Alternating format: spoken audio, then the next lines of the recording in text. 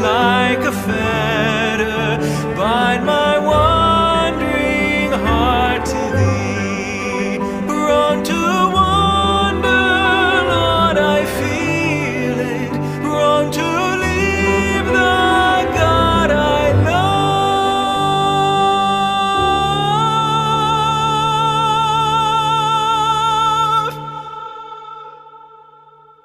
Here's my heart, oh, take and seal it for thy cause above.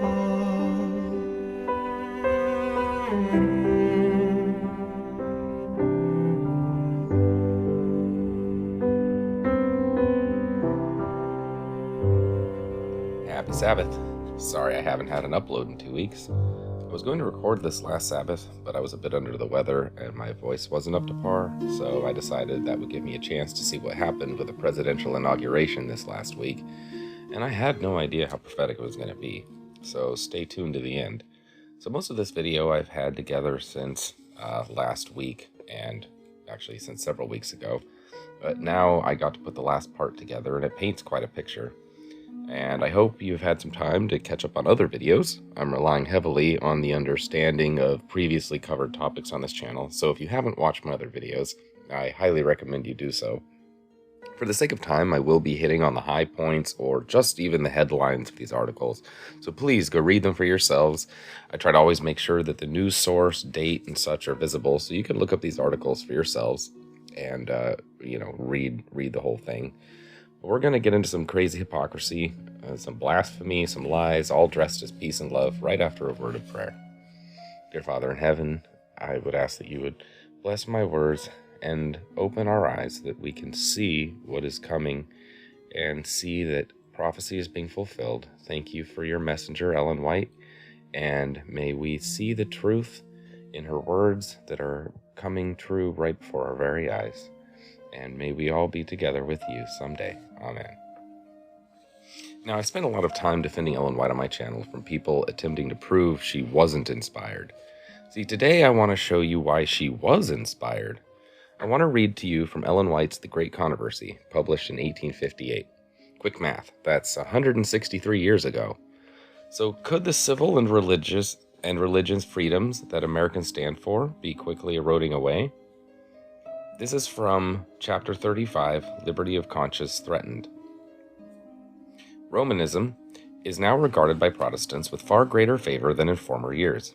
In those countries where Catholicism is not in the ascendancy, and the papists are taking a conciliatory course in order to gain influence, there is an increasing indifference concerning the doctrines that separate the Reformed churches from the papal hierarchy.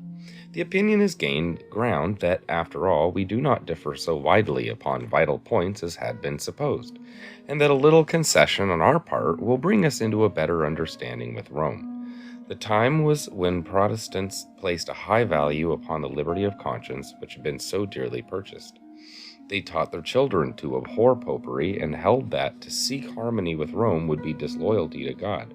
But how widely different are the sentiments now expressed. The defenders of the papacy declare that the church has been maligned, and the Protestant world are inclined to accept the statement. Many urge that it is unjust to judge the church of today by the abominations and absurdities that marked her reign during the centuries of ignorance and darkness. They excuse her horrible cruelty as the result of the barbarism of the times and plead that the influence of modern civilization has changed her sentiments. Have these persons forgotten the claim of infallibility put forth for 800 years by this haughty power? So far from being relinquished, this claim has affirmed in the 19th century with greater positiveness than ever before, as Rome asserts that the Church never erred, nor will it, according to the Scriptures, ever err. That's by John L. von Moschheim, Institutes of Ecclesiastical History, Book 3, Century 2, Part 2, Chapter 2, Section 9, Note 17, if you want to look that up. How can she renounce the principles which governed her course in the past ages? The Papal Church will never relinquish her claim to infallibility. All that she has done in her persecution of those who reject her dogmas she holds to be right, and would she not repeat the same acts should the opportunity be presented? Let the restraints now imposed by secular governments be removed, and Rome be reinstated to her former power, and there would speedily be a revival of her tyranny and persecution. A well-known writer speaks thus of the attitude of the papal hierarchy as regards freedom of conscience, and of the perils which especially threaten the United States from the success of her policy. There are many who are disposed to attribute any fear of Roman Catholicism in the United States to bigotry or childishness. Such see nothing in the character and attitude of Romanism that is hostile to our free institutions, or find nothing pretentious in its growth. Let us, then, first compare some of the fundamental principles of our government with those of the Catholic Church. The Constitution of the United States guarantees liberty of conscience. Nothing is dearer or more fundamental.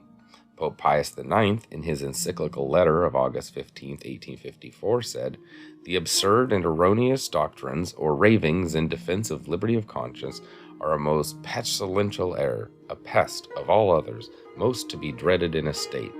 The same Pope, in his encyclical letter of December 8, 1864, anathematized those who assert the liberty of conscience and of religious worship, also all such as maintain that the Church may not employ force. The pacific tone of Rome in the United States does not imply a change of heart. She is tolerant where she is helpless. Says Bishop O'Connor, religious liberty is merely endured until the opposite can be carried into effect without peril to the Catholic world. The Archbishop of St. Louis once said, "Heresy and unbelief are crimes, and in Christian countries, as in Italy and Spain, for instance, where all the people are Catholics, and where the Catholic religion is an essential part of the law of the land, they are punished as other crimes. Every cardinal, archbishop, and bishop in the Catholic Church takes an oath of allegiance to the Pope, in which occur the following words: heretics, schismatics, and rebels to our said Lord the Pope, or his aforesaid successors, I will to my utmost persecute and oppose." It is true that there are real Christians in the Roman Catholic Communion. Thousands in that church are serving God according to the best light they have. They are not allowed access to His Word, and therefore they do not discern the truth. They have never seen the contrast between a living heart service and a round of mere forms and ceremonies. God looks with pitying tenderness upon these souls, educated as they are in a faith that is delusive and unsatisfying. He will cause rays of light to penetrate the dense darkness that surrounds them. He will reveal to them the truth as it is in Jesus, and many will yet take their position with His people. But Romanism as a system is no more in harmony with the gospel of Christ now than at any former period in her history. The Protestant churches are in great darkness, or they would discern the signs of the times. The Roman Church is far-reaching in her plans and modes of operation. She is employing every device to extend her influence and increase her power in preparation for a fierce and determined conflict to regain control of the world, to reestablish persecution, and to undo all that Protestantism has done. Catholicism is gaining ground upon every side. See the increasing number of her churches and chapels in Protestant countries. Look at the popularity of her colleges and seminaries in America, so widely patronized by Protestants.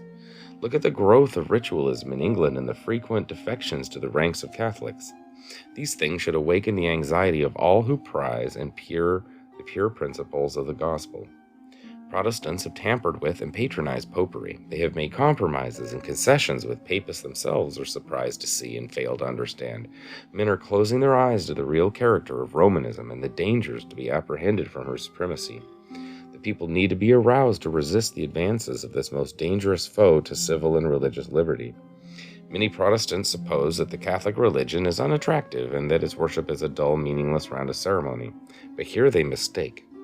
While Romanism is based upon deception, it is not a coarse and clumsy imposture. The religious service of the Roman Church is a most impressive ceremonial. Its gorgeous display and solemn rites fascinate the senses of the people and silence the voice of reason and of conscience. The eye is charmed. Magnificent churches, imposing processions, golden altars, jeweled shrines, and choice paintings, exquisite sculptures, all appeal to the love of beauty. The ear also is captivated. The music is unsurpassed.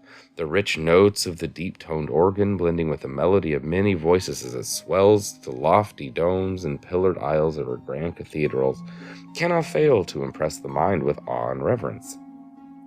This outward splendor, pomp, and ceremony that only mocks the longings of the sin-sick soul is an evidence of inward corruption. The religion of Christ needs not such attractions to recommend it. In the light shining from the cross, true Christianity appears so pure and lovely that no external decorations can enhance its true worth. It is the beauty of holiness, a meek and quiet spirit which is of value to God. Brilliancy of style is not necessarily an index of pure, elevated thought. High conceptions of art, delicate refinement of taste, often exist in minds that are earthly and sensual. They are often employed by Satan to lead men to forget the necessities of the soul, to lose sight of the future immortal life, to turn away from their infinite helper, and to live for this world alone. A religion of externals is attractive to the unrenewed heart. The pomp and the ceremony of the Catholic worship has a seductive, bewitching power, by which many are deceived, and they come to look upon the Roman Church as the very gate of heaven. None but those who have planted their feet firmly upon the foundation of truth, and whose hearts are renewed by the Spirit of God, are proof against her influence. Thousands who have not an experimental knowledge of Christ will be led to accept the forms of godliness without the power. Such a religion is just what the multitudes desire. The Church's claim to the right to pardon leads the Romanist to feel at liberty to sin, and the ordinance of confession, without which her pardon is not granted, tends also to give license to evil. He who kneels before fallen man and opens in confession the secret thoughts and imaginations of the heart is debasing his manhood and degrading every noble instinct of his soul. In unfolding the sins of his life to a priest, an erring, sinful mortal, and too often corrupted with wine and licentiousness, his standard of character is lowered, and he is defiled in consequence. His thought of God is degraded to the likeness of fallen humanity, for the priest stands as a representative of God. The degrading confession of man to man is the secret spring from which has flowed much of the evil that is defiling the world and fitting it for the final destruction. Yet to him who loves self-indulgence, it is more pleasing to confess to a fellow mortal than to open the soul to God. It is much more palatable to human nature to do penance than to renounce sin. It is easier to mortify the flesh by sackcloth and nettles and galling chains than to crucify fleshly lusts. Heavy is the yoke which the carnal heart is willing to bear rather than to bow to the yoke of Christ. There was a striking similarity between the Church of Rome and the Jewish Church at the time of Christ's first advent. While the Jews secretly trampled upon every principle of the law of God, they were outwardly rigorous in the observance of his precepts, loading it down with exactions and traditions that made obedience painful and burdensome. As the Jews profess to revere the law, so do Romanists claim to reverence the cross. They exalt the symbol of Christ's sufferings, while in their lives they deny him who it represents. Papists place crosses upon their churches, upon their altars, upon their garments. Everywhere is seen the insignia of the cross. Everywhere is outwardly honored and exalted, but the teachings of Christ are buried beneath a mass of senseless traditions, false interpretations, and rigorous exactions. The Savior's words concerning the bigoted Jews apply with still greater force to the leaders of the Roman Catholic Church. They bind heavy burdens and grievous to be borne and lay them on men's shoulders, but they themselves will not move them with one of their fingers. Matthew 23:4. Conscientious souls are kept in constant terror, fearing the wrath of an offended God, while many of the dignitaries of the Church are living in luxury and sensual pleasure. The worship of images and relics, the invocation of saints, and the exaltation of the Pope are devices of Satan to attract the minds of the people from God and from his Son. To accomplish their ruin, he endeavors to turn their attention from him, through whom alone they can find salvation. He will direct them to any object that can be substituted for the one, capital O, who has said, "Come unto me, all ye that labor and are heavy laden, and I will give you rest." Matthew 11:28. It is Satan's constant effort to misrepresent the character of God, the nature of sin, and the real issues at stake in the great controversy. This is a very serious warning. And now I want to go on to read Revelations 13:3-9. This is pertaining to a description of the beast. "And I saw one of his heads as if it were wounded to death, and his deadly wound was healed. And all the world wondered after the beast. And they worshipped the dragon, which gave power unto the beast. And they worshipped the beast, saying, Who is like unto the beast? Who is able to make war with him? And there was given unto him a mouth, speaking great things and blasphemies. And power was given unto him to continue 42 months. And he opened his mouth in blasphemy against God, to blaspheme his name, and his tabernacle, and them that dwell in heaven. and it was given unto him to make war with the saints and to overcome them. And power was given him over all kindreds and tongues and nations, and all that dwell upon the earth shall worship him, whose names are not written in the book of life of the Lamb slain from the foundation of the world. If any man have an ear, let him hear. And in that last verse, God is saying, listen. If you have an ear, hear, listen. Then Revelations 13:16-17 says, And he causeth all, both small and great, rich and poor, free and bond, to receive a mark in their right hand or in their foreheads, and that no man might buy or sell, save he that had the mark, or the name of the beast, or the number of his name, which we all know is 666, which is, if you look it up, Vicarius Filii Dei, which is the Italian title for the Pope. The beast is returning quickly, guys, and Jesus is following soon after. But how do we know this? As Adventists, we're plagued with detractors saying that, we're crazy to think the whole world would follow the Catholic Church, or that they can control buying or selling. But as Adventists, we too ask ourselves the same questions. How can they bring so many religions together and also control buying and selling? But we are still keeping the faith of Jesus, that God's words are true. We are finally now seeing this prophecy fulfilled with the control of buying and selling using the COVID lie as an excuse. I personally believe this is the means for control of buying and selling because major corporations like Qantas are saying things like you can't fly without a vaccine, Walmart saying that you can't be employed or most likely even shop if you don't have your COVID vaccine stamp certificate. I have a whole video about it, so I won't go further. And I'd like to bring ID Coin to your attention. And what is ID Coin? It is the U.S. government to replace social security numbers with a hack-proof crypto technology we call ID Coin. The technology is already used in Estonia, India, and soon in China, etc. Get in now before the official government announcement. Oh boy, that sounds fantastic. I also have a video on what the image of the beast is, and that is keeping Sunday holy. Sunday is the mark of service to the Pope, and the seventh-day Sabbath is the mark of service to our one and only God Almighty. And there's another whole video on how they are using climate change to push for a green, false Sabbath on Sunday for the good of the environment, quote unquote. But I will put links to those videos in the description to save time here.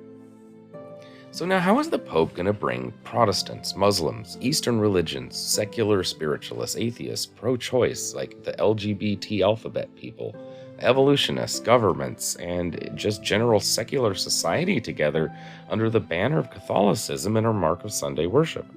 Well, let's go. I want to start with what happened this last Christmas. I find the headline funny that even the Pope was iffy on the Vatican's astronaut-themed nativity. But this shows Jesus is the farthest thing from their minds.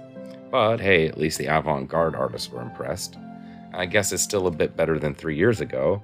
Here, the Vatican's sexually suggestive nativity has troubling ties to Italy's LGBT activists, and it goes on to say, December 20, 2017, the Vatican nativity scene featuring a naked man, a corpse, and no sheep or oxen is the artistic offering of an abbey, which is the focus of Italian LGBT activists. It has emerged. Inquiries by LifeSite News have revealed that the Abbey of Montevergine, which donated the innovative Nativity of Mercy, houses the Marian image that has been adopted as patroness by LGBT activists in Italy. The Abbey Shrine is the annual destination of a sort of sacred and profane ancestral gay pride pilgrimage, which, according to one LGBT activist in recent years, has gained the active political participation of the LGBT community.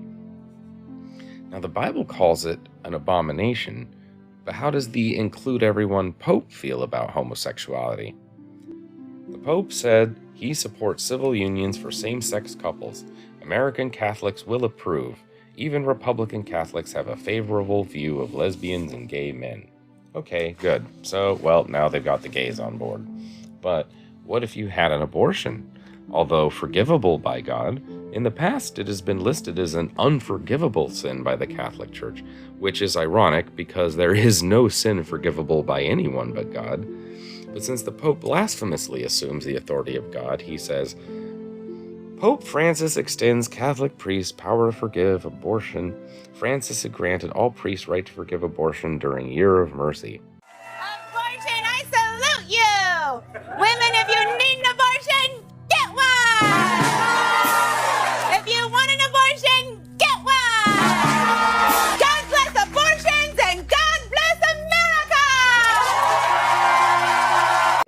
Great, all good there. Well, every girl that was shunned for her abortion is welcome back. But what about Protestants? Pope asked Protestants for forgiveness for persecution. Pope Francis asked Protestants and other Christian churches for forgiveness for past persecution by Catholics as the Vatican announced on Monday he would visit Sweden later in the year to mark the 500th anniversary of the Reformation. But now, what about the Lutherans specifically? Because Luther led the Reformation against the Catholic Church. Pope to Lutherans on Reformation: forgive errors of past, forge unity. Catholics and Protestants asked Pope Francis to lift the excommunication of Martin Luther. Catholic and Protestant academics published a document urging the Vatican to lift Martin Luther's excommunication and the Lutheran World Federation to revoke Luther's condemnation of the Pope as Antichrist.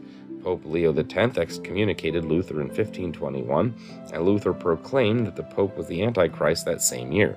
The new ecumenical document would eliminate the buffers that prevent Protestants and Catholics from mutually recognizing each other as churches. This is the fruitful outcome of 60 years of ecumenism. This is where interfaith relationship finally leads. Why can't we see this? Vatican II officially opened ecumenical dialogue between Protestants and Catholics in 1962. If Luther were alive today, he would re-excommunicate himself. He realized the Bible pointed directly to the Catholic Church as the beast. Okay, so what about the rest of the non-Christian world? I mean, that's all ecumenical, interfaith. Put your slight religious differences aside. But what about Muslims? I mean, they hate Christians. Well, presenting for the first time ever, Pope welcomes new UAE committee to promote human fraternity.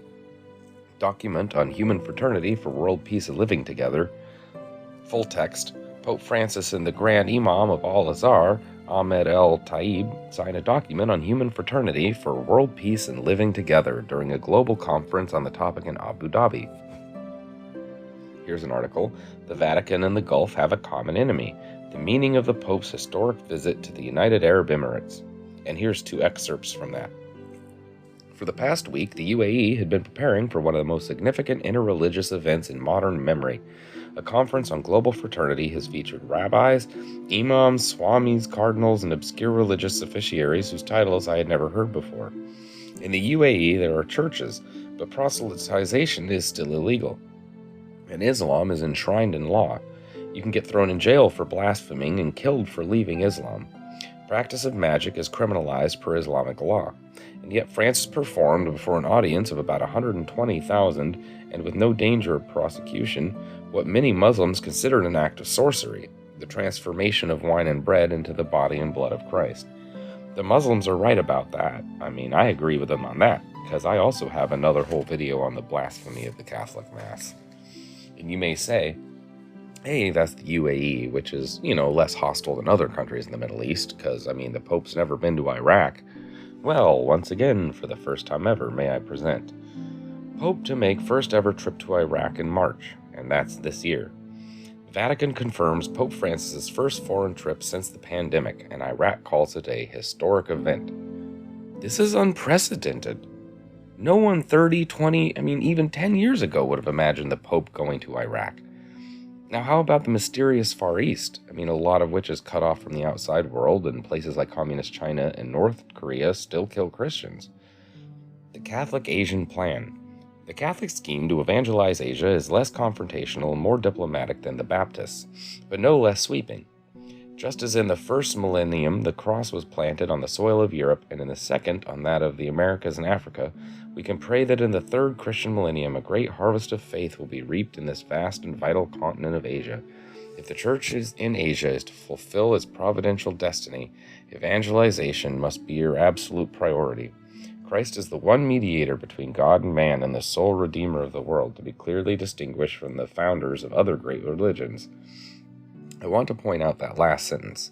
Christ is the one mediator between God and man and the sole redeemer of the world, to be clearly distinguished from the founders of other great religions. Well, he is right about that.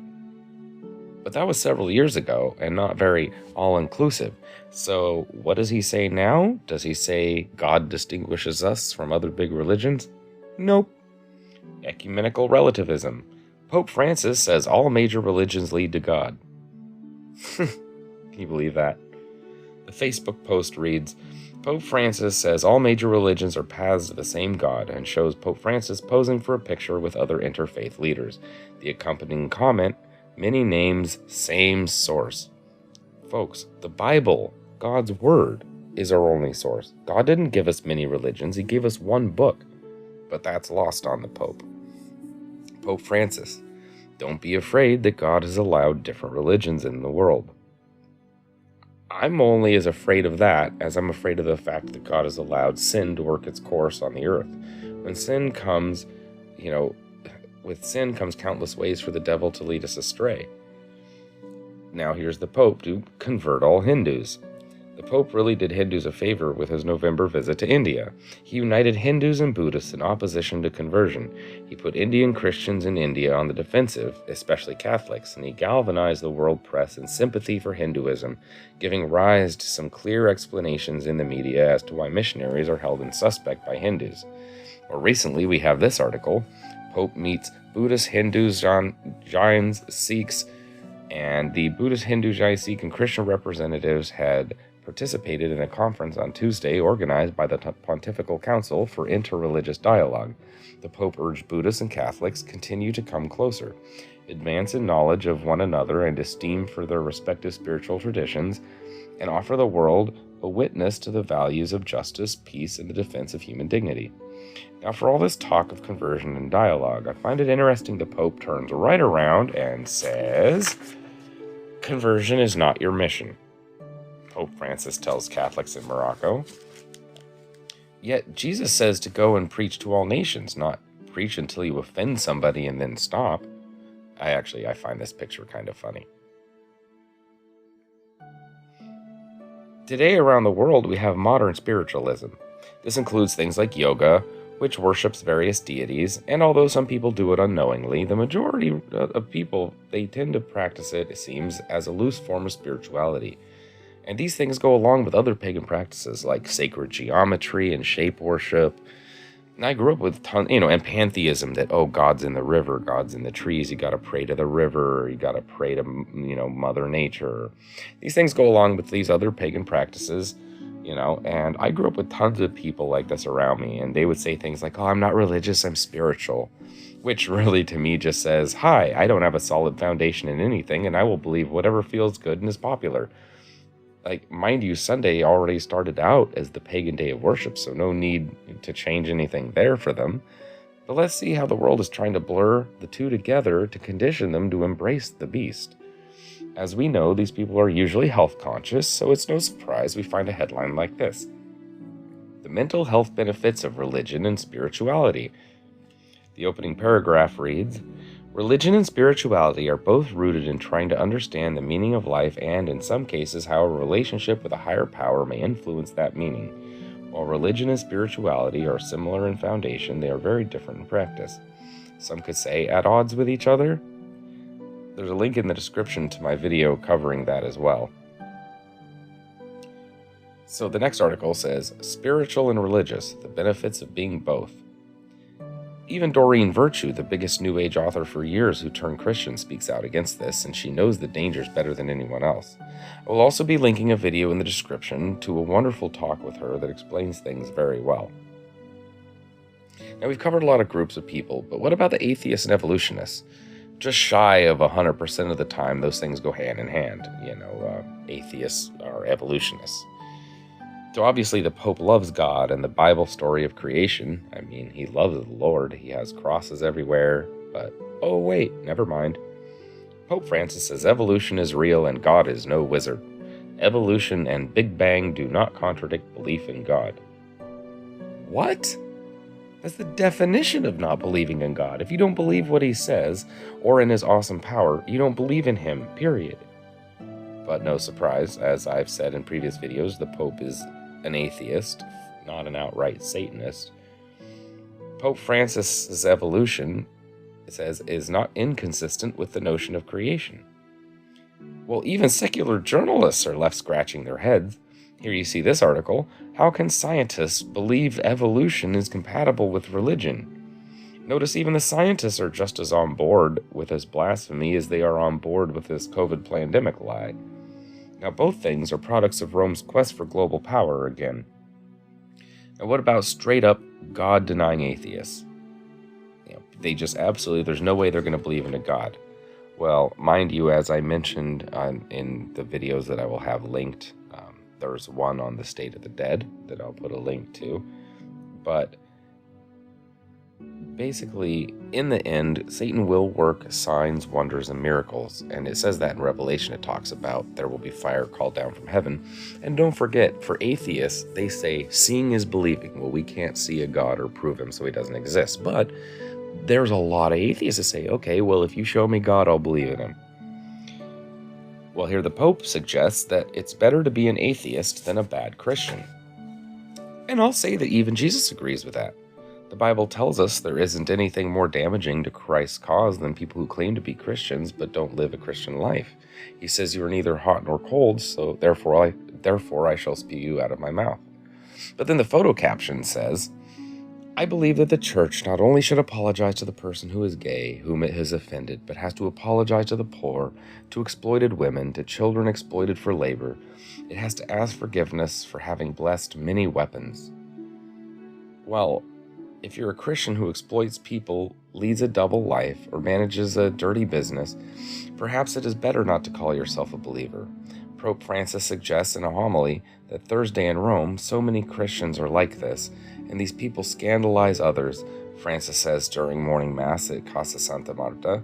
According to Vatican Radio, how many times have we heard, all of us, around the neighborhood and elsewhere, but to be a Catholic like that, it's better to be an atheist. It is that, scandal. But what is scandal? Scandal is saying one thing and doing another. Does anyone else see the morbid irony here? That is the history of the Catholic Church summed up. Scandal.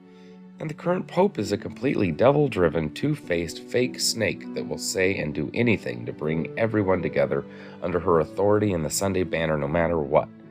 And still don't believe me?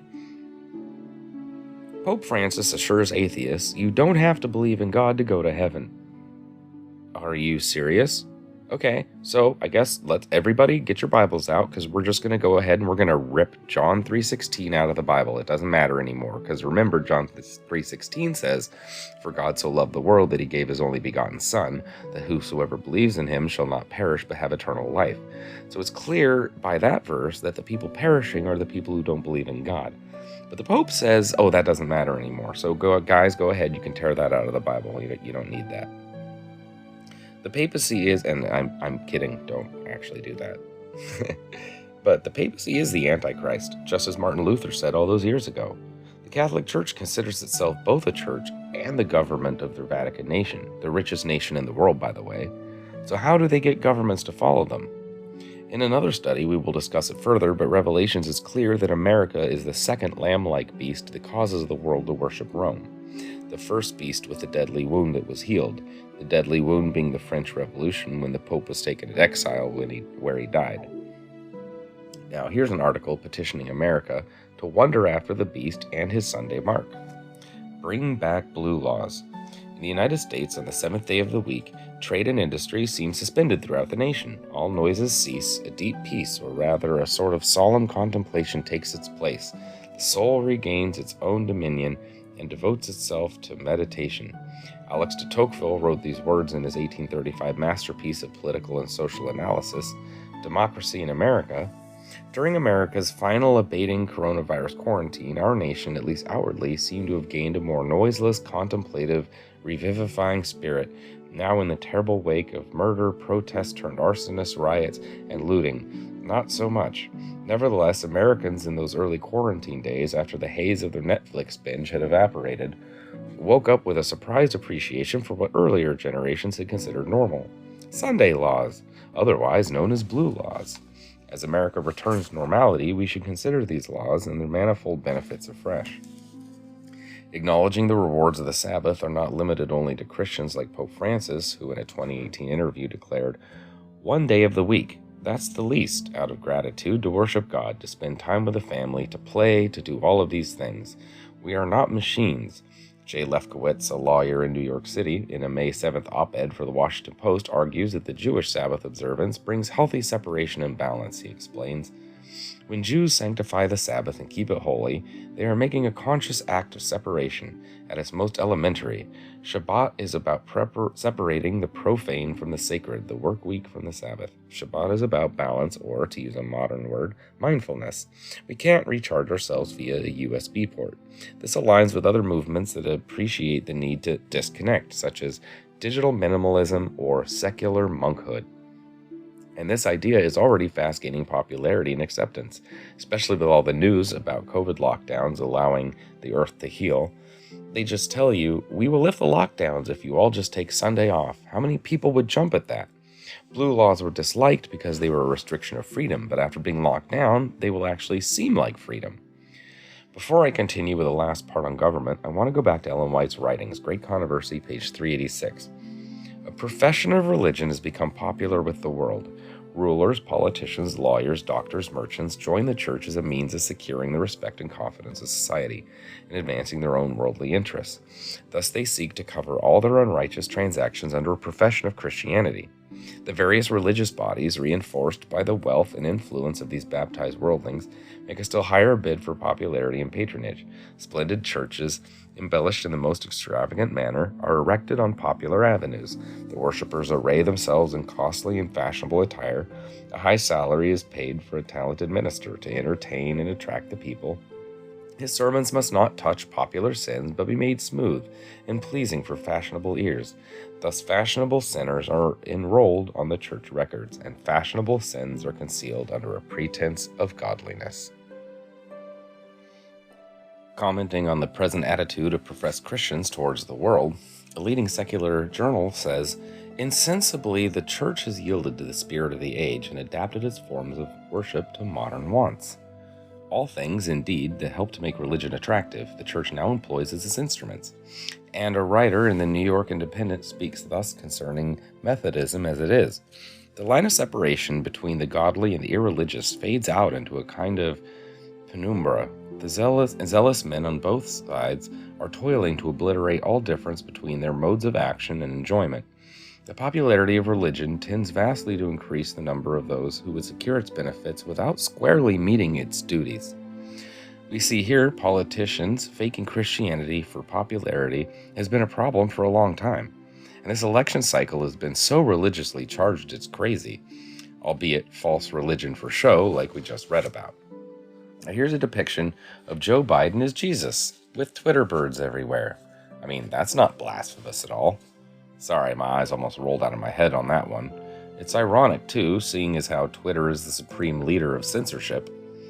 Biden is a supposed devout Catholic, and his inauguration was full of Catholic symbols to the dismay of not just a few. Now here is what was really scary. This is the first president to be sworn in on a Jesuit Bible. Now why is that a big deal? It seems we've forgotten history thanks to the liberals taking over our education system and trying to erase history. So let's take a walk back in time and see what some famous people had to say about the Jesuits. Now, to form a totally objective opinion, let's start with someone famous who thought very highly of them. And this person said, "I have learnt most of all from the Jesuit order. So far, there has been nothing more imposing on earth than the hierarchical organization of the Catholic Church. A good part of that organization I have transported direct to my own party, Adolf Hitler." There's a lesson in always considering the source. So Marquis de Lafayette, a French general under George Washington, wrote, "It is my opinion that if the liberties of this country, the United States of America, are destroyed, it will be by the subtlety of the Roman Catholic Jesuit priests, for they are the most crafty, dangerous enemies to civil and religious liberty. They have instigated most of the wars of Europe. This is important to note because at this moment our liberties are being stripped faster than ever." Our second president, John Adams, had this to say, "My history of the Jesuits is not eloquently written, but it is supported by unquestionable authorities and is very particular and very horrible. The Jesuit order's restoration in 1840 by Pope Pius VII is indeed a step toward darkness, cruelty, despotism, and death. I do not like the appearance of the Jesuits. If ever there was a body of men who merited eternal damnation on earth and in hell, It is this society of Ignatius Loyola. Remember earlier we read the passage in Revelations that says, "Who is like unto the beast? Who is able to make war with him?" Well, now listen to this. Roman Catholic Archbishop James E. Quigley wrote in 1903, "Within 20 years, this country is going to rule the world. Kings and emperors will soon pass away, and democracy of the United States will take their place. When the United States rules the world, the Catholic Church will rule the world. Nothing can stand against the Church. I'd like to see the politician who would try to rule against the Church in Chicago. His reign would be short indeed." And now, think back also to in the verse where it says that America, the second beast, would cause the world to wonder after the first beast. And here he says that when the United States rules the world, the Catholic Church will rule the world, and we will cause the world to wonder after them. Now, Donald Trump stood against them and had the election stolen in an unprecedented attack on our American democracy. I mean, I know we live in a republic, but this is unprecedented. And another president who stood against them and was killed by them was Abraham Lincoln. He wrote on June 8th, 1864, "This war would have never been possible without the sinister influence of the Jesuits. We owe it to popery that we now see our land reddened with the blood of her noblest sons. Though there were great differences of opinion between the South and the North on the question of slavery, neither Jefferson Davis was the president of the South, nor any one of the leading men of the Confederacy would have dared to attack the North had they not relied on the promises of the Jesuits that under the mask of democracy, the money and the arms of the Roman Catholic, even the arms of France, were at their disposal if they would attack us. I pity the priests, the bishops, and the monks of Rome and the United States when the people realize that they are in great part responsible for the tears and the blood shed in this war. The later, the more terrible will the retribution be. I conceal what I know on that subject from the knowledge of the nation, if that people knew the whole truth, this war would turn into a religious war, and it would at once take a tenfold more savage and bloody character.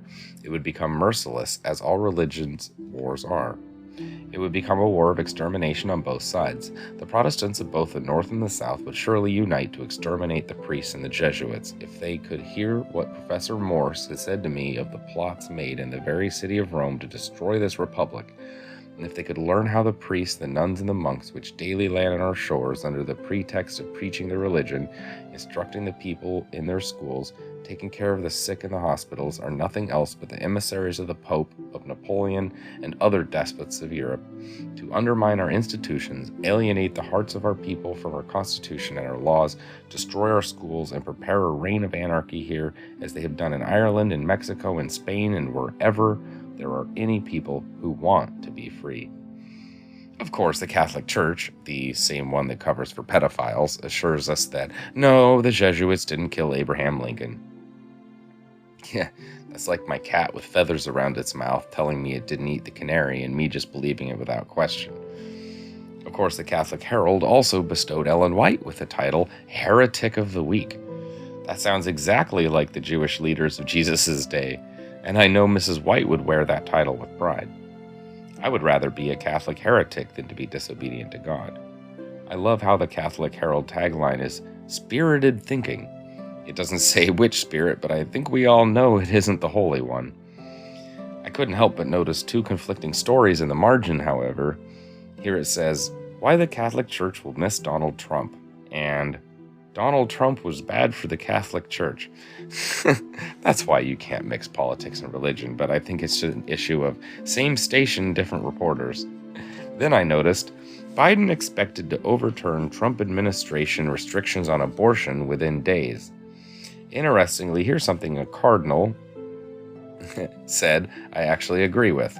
Cardinal Dolan wishes Joe Biden well ahead of inauguration, but says there is more of an urgency now on abortion. New York Cardinal Timothy M. Dolan said he hoped the renewal and re-education that usually accompanies the inauguration of a new president, blah, blah, blah, blah, blah, blah, blah.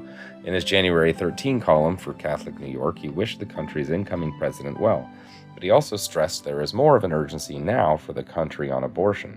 Cardinal Dolan, who read a scripture passage at President Donald Trump's inauguration, said, "President-elect Joe Biden speaks with admirable sensitivity about protecting the rights of the weakest and the most threatened," but he added, "Biden also ran on a platform avidly supporting this gruesome capital punishment for innocent preborn babies." Last but not least, Catholic leaders praised Biden's decision to rejoin the Paris Agreement on climate change.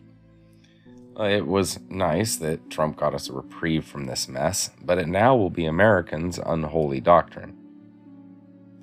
The agreement comes straight from the Pope's socialist encyclical Laudato Si. I want to read this last article because the Paris Climate Agreement will be impacting us very soon, and they're actually predicting joining that agreement is going to kill 400,000 jobs.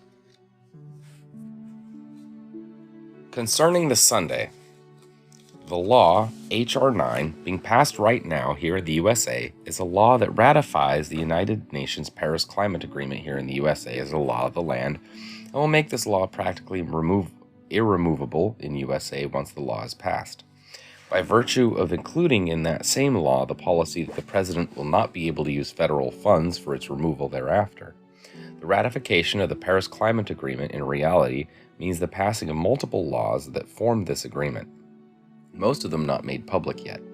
This is so because this Paris Climate Agreement is based in multiple previous climate conventions, 20 of them at a minimum, and it includes as its own policies and policies created by those other conventions. The reality is that in H.R. 9, we are bargaining for more than just the Paris Agreement. Think of it as something like this. First, remember those Russian dolls that many tourists buy? At first sight, you are holding a simple single doll. Then when you open your eyes, you come to know that in accepting that doll, you are in fact accepting multiple other dolls hidden inside. One inside the other and another inside the other, with no limits in sight in our case. Therefore, in like manner, you will not see the actual policies for climate control in our H.R. 9 confirmation of the Paris Climate Agreement, only provided there are general allusions, with little specific details as to how these policies will be developed and implemented.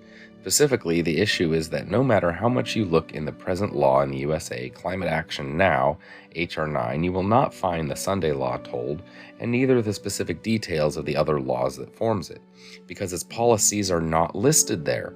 They only give a blank statement that this H.R. 9 will make the Paris Climate Agreement into law here in USA. And in this law, they only share what they want to accomplish in climate control, but the specific details about how is this to be accomplished, that is the individual policies in themselves and are not listed here, and for the most part are kept secret. Those policies are instead found hidden in RICO of the Conference of Parties, policymakers of those multiple conventions of which the Paris Climate Agreement is based. We know Sunday law was introduced in the Paris Climate Agreement as one of the many hidden policies. Some say that these are close to 3,000 plus policies, simply because Laudato Si, the papal encyclical, inclusive of the Sunday rest recommendation, was included in the development of this Paris Climate Agreement as documented in the study by Princeton University, quoted below. And this Sunday rest law is presented means of stopping all labor, which in turn will supposedly result in lowering carbon emissions and a resultant improvement in the world's climate, the Green Sabbath, Green Sunday. And when I say Sabbath, I don't mean God's Sabbath. The Sunday rest, Green Sabbath, is therefore a key important law proposal among many others which are included in the Paris Climate Agreement. And when this agreement is finally ratified and becomes a law, in like manner its associated laws, Sunday law among them, will also become law here in USA, all becoming laws while hidden from the public eye for the most part.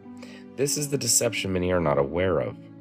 Further details of how we come to know this fellow below. Therefore, when you buy that Russian doll of the Paris Climate Agreement, which is pregnant inside by multiple other dolls, this means that you are not only buying the larger single doll, but all the dolls inside as well. And this is the Paris Climate Agreement doll is pregnant with multiple other dolls, such as multiple UN conventions since 1992 and their associated multiple policies. These UN conventions, in turn, have passed multiple of their policies since 1992, which are created by its working body called the Conference of Parties. Same having its own secretariat. In fact, The 2015 Paris Climate Agreement is the 21st conference of that body, so you can imagine how extensive and how multiple laws the USA is signing when accepting and ratifying that pregnant Russian doll of the Paris Climate Agreement 2015 as our own USA law, H.R. 9 Climate Action Now. So they can have these laws in place without you knowing it, and then all of a sudden they can just start enforcing them, and you had no idea that they were laws that could even be enforced. It's very subtle. Satan is so subtle. So go ahead and search H.R. 9 IH Climate Change's 21st Conference of Parties in Paris, adopted December 12, 2015. To be truthful, H.R. 9 is not the first recent attempt to institute a national Sunday law here in USA. This had already started in spring of this year, 2019, with the introduction in the USA Congress of the law proposal of the Green New Deal and its Green Sabbath, which ultimately we know of which day they are speaking of, which is not the Day of God. This law was purposed well back before H.R. 9, the Paris Climate Agreement law, and although it had a setback, yet a mere fact that the USA Congress got involved in orchestrating this initial law for the National Green Sabbath Sunday law, this of itself is a great prophetic fulfillment. This Green Sabbath tells us that the biblical abomination of desolation orchestrated by Rome has returned to the USA in power.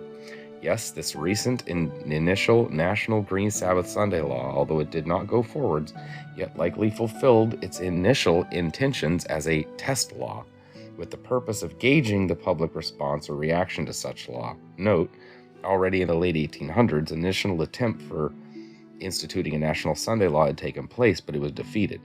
That is why we say that this law is returning now. Evidently, this recent reattempt has continued with the current H.R. 9 law, Climate Action Now, for the ratification of the Paris Climate Agreement, which includes the papal encyclical Laudato Si, Sabbath Rest proposal, with similar concerns. This law was passed by the House, and it is now in the Senate. The papal Laudato Si encyclical and a Sunday Rest law proposal and its relationship to the Paris Climate Agreement is well discussed in the Princeton University paper quoted below. Summary: points that confirm the start of Sunday law legislation is already here in USA. We have seen how that the Green Sabbath law was formally proposed by Congress this spring 2019. Although the specific day was not told, the day to be chosen can easily be surmised. The simple fact that this speaks of the Sabbath rest as a law is of itself an abomination of desolation in our land, and a very significant prophetic fulfillment as the start of a process that we all know where will take us. The Green Sabbath Sunday law, also known as the Roman Papal Abomination of Desolation, is here in USA camouflaged by climatic concerns, family, children concerns, and worker concerns. Number 2, another point that confirms Sunday law as being the process of being legislate here in the USA. Therefore, the return of the papal Rome's abomination of desolation, a point of the great prophetic significance, is the fact that the Paris Climate Agreement includes the proposals of the papal encyclical Laudato Si, in which the Pope openly recommends the Sunday rest as a way for climate control, the so-called Green Sabbath Sunday law. This Pope Francis, in his encyclical active involvement in the creation of this Paris Climate Agreement, is well known and documented, as you can be seeing in this thesis paper, Princeton University, endorsed and accepted by its professors, which ties Laudato Si, the Sunday rest included, with the creation and development of the Paris Climate Agreement. And for what purpose is this limitation sought to be put upon natural rights? Quotation from the recent hearing on the Sunday bills before the Massachusetts legislature will explain. A speaker in behalf of the Sunday bills said, "When we speak of natural rights, it must be with limitations. Natural rights of the individual in the community are subordinate to the common good. Sabbath laws, read Sunday laws, have been proved to be for the common good." April 21st, 1898. The Roman Catholic principle of the common good is to become law. That is described as to be taken under the care and protection of the state. That means that it is to become a law. Roman Catholic principles will be taken under the care and protection of the state. The Roman Catholic principle of the common good Sunday law, its ultimate expression, has already become global according to the Pope. That statement of the Pope declares the common good, aka Sunday rest, as an already global law, which means that it has been accepted by all the nations of the world. This worldwide acceptance happened with the approval of the United Nations Paris Climate Agreement 2015 by all its members and by all the nations of the world. And the whole world wondered after the beast. Buckle up, folks. There is turbulence ahead that will prove fatal for some of us. But don't lose faith. That's the only thing proved to be eternally fatal, is a loss of faith. The Bible and Ellen White are absolutely correct about all of this, and now we see why she has such powerful detractors. The devil must silence the truth. So thanks to all of you who stuck with me to the end. May Christ's faith, love, blessings, and message of his soon return flow forth from us, I pray. That you all have a great week in Jesus, and stay tuned for a couple of video clips right now. In this first clip, we see even the mainstream media isn't dumb enough to fall for the Paris climate garbage, even if they don't have the full picture. The Biden administration putting climate change at the forefront of its policy agenda, rejoining the Paris Climate Agreement and canceling Keystone Pipeline permits during the president's first few hours in office. This was just day one. What does this mean for the next 4 years? Mark Morano, executive editor of ClimateDepot.com, joins me live. Mark, let's go through the day one executive orders on climate. You heard Trey mention them. We're going to go through them again, put them up on the screen. Of course, rejoining the Paris Climate Agreement, canceling that Keystone XL pipeline permit, and also a moratorium on oil and gas leasing activities in Arctic National Wildlife Refuge. So, Mark, when can we expect the air to smell cleaner and the water to taste clearer?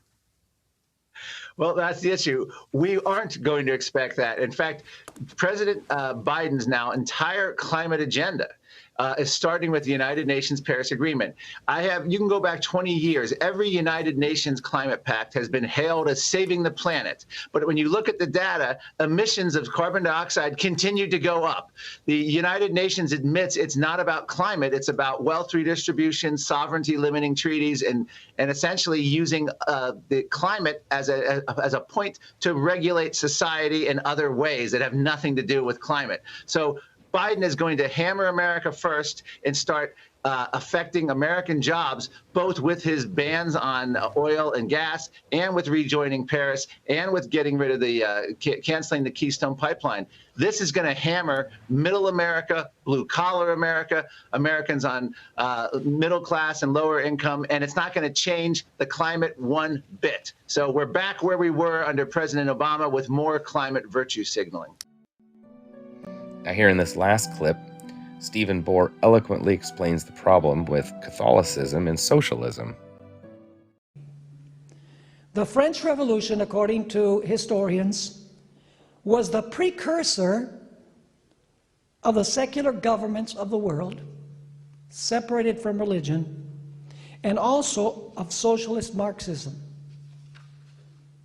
So that is the antithesis. Thesis: the papacy controlling the states of Europe, the secular states, hiding the Bible. The antithesis: Protestantism rises against the papacy. 1517 is the date that is usually given, and then culminates with the secular states of the world, beginning with France, become secular and turn against the church. Now, what is the synthesis? For many, many years, there was a conflict or controversy between the papacy and Protestantism and the secular powers. The synthesis will take place at the very end of human history. I believe that we're seeing it as we study this weekend. What is going to happen is that Protestantism, the tension between the papacy and Protestantism, the tension between the papacy and the secular powers of the world is going to disappear. It's going to dissolve. And these three systems are going to synthesize or come together. The conflict will be resolved. Are you following me or not? Now let's begin studying this antithetical relationship between the papacy and the secular governments of the world, and I'm going to refer particularly to communism or socialism. Let's begin our study with the relationship between the papacy and the secular powers of the world during most of the 20th century. The Cold War, many of you are old enough to remember the Cold War. Oh, for those days, right? Because at that time you had East and West.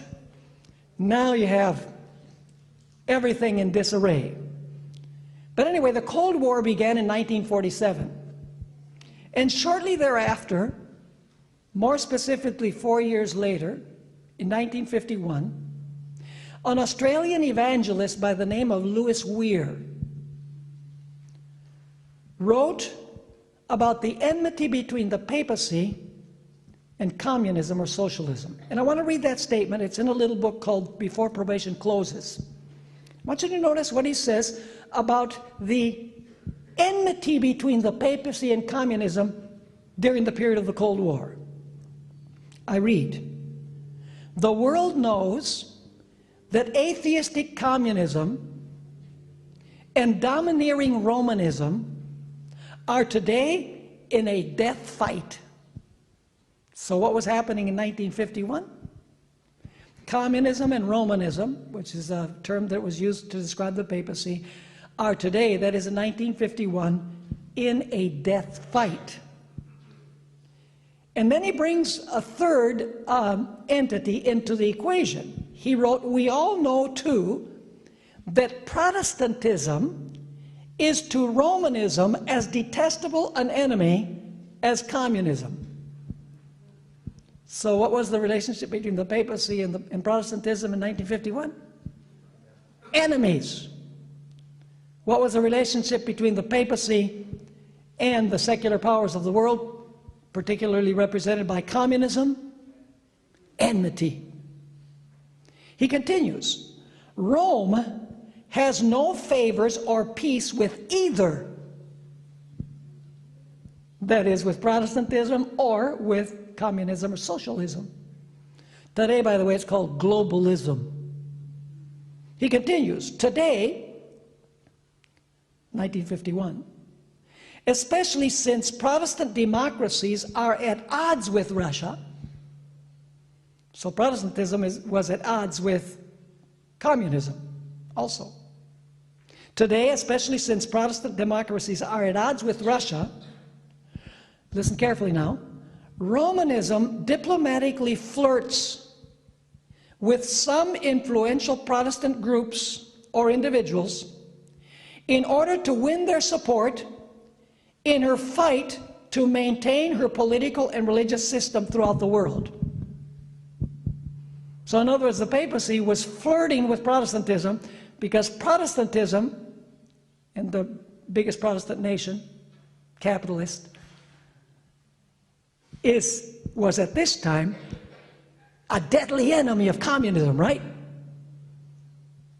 So he says that that the Catholic Church was flirting with Protestantism because Protestantism would help them in their enmity against communism.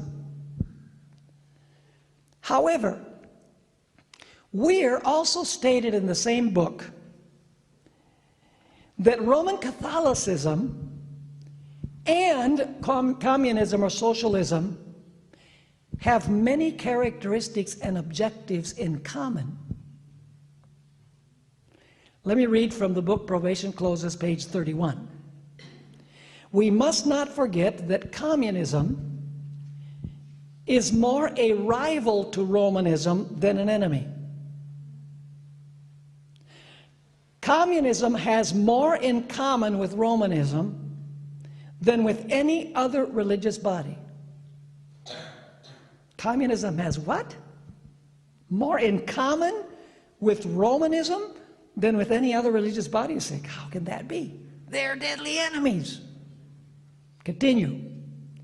"Communism has thrived best in Roman Catholic countries. True. Poor Roman Catholic countries." The quotation continues, "Rome is therefore much more opposed to the political and international brand of communistic action than it is opposed to its atheistic doctrines."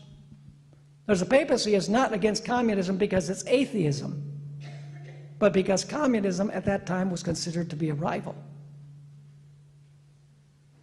The quotation ends by saying, "What Rome detests is communism, and what it fears most is its anti-Roman policy." So did the papacy dislike communism mainly because because communism is atheistic? No. Because communism was anti-papacy. So what Rome detests is communism, and what it fears most is its anti-Roman policy rather than its anti-Christian philosophy. Are you following me so far? So you say, what similarities are there between communism or socialism and the papacy? I'm going to draw 12 parallels. 12 similarities between communism or socialism and the papacy.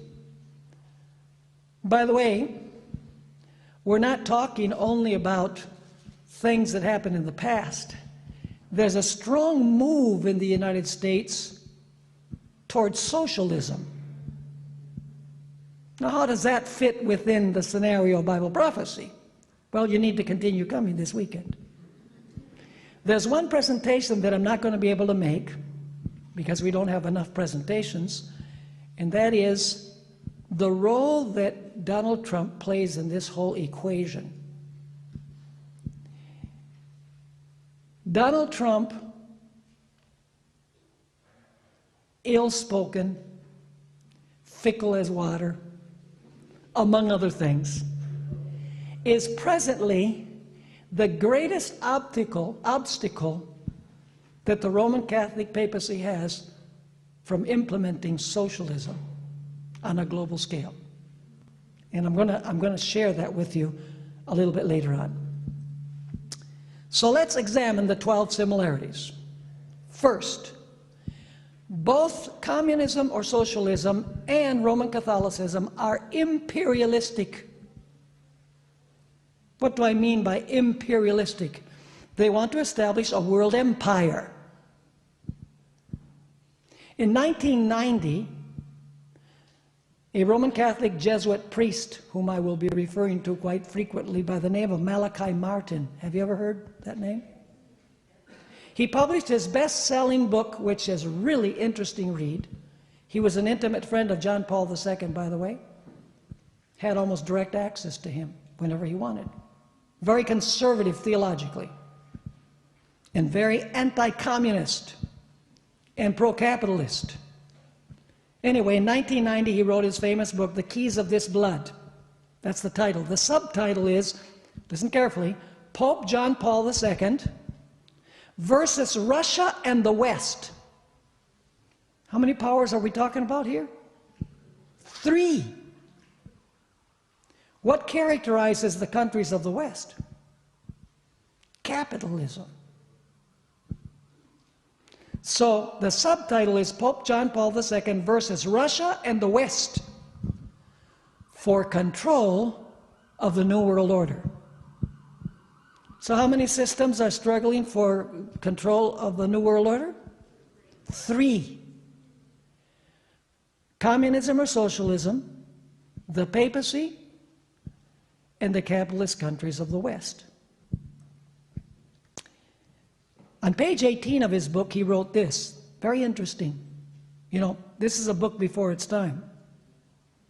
Ellen White says that the papacy can see the future on the basis of its experience in the past. It's not a prophetic movement. They can prophesy what's going to happen, but they can use the law of cause and effect to kind of suggest what is going to happen in the future. Notice what Martin wrote on page 18 of his book. There is one great similarity shared by all 3 of these globalist competitors. So the 3 globalist competitors have one thing in common. What is it? Each one has in mind a particular grand design for one world governance. What do they have in common? Each one wants to establish an empire that governs the whole world. He continues, their geopolitical competition is about which of the 3, listen carefully now, which of the 3 will form, dominate, and run the world system that will replace the decaying nation system. This brings to mind the Tower of Babel. Have a great day.